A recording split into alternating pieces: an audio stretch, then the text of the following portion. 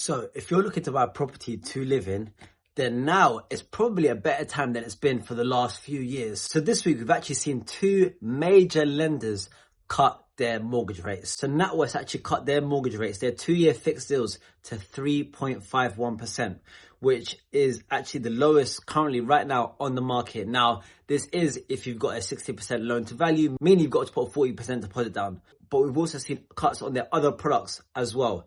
In addition, Halifax have also cut their mortgage rates as well, and we're seeing their 2-year fixed deals at 3.66% and their 5-year fixed deals at 3.88%. And what we're also seeing is Nationwide have expanded their product to enable all buyers to apply for mortgages at 6 times their income. So what does that mean? So if I give you an example, so let's say you earn £50,000 and you want to buy your first property.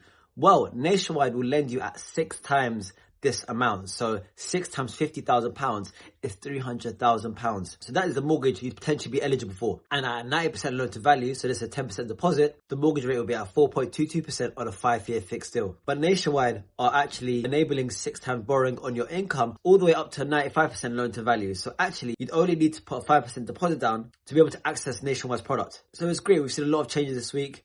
And we're also continuing to see swap rates decrease as well. Now, swap rates is the rate that banks lend to each other. And ultimately, when we see reductions here, this then will trickle down and affect mortgage rates as well.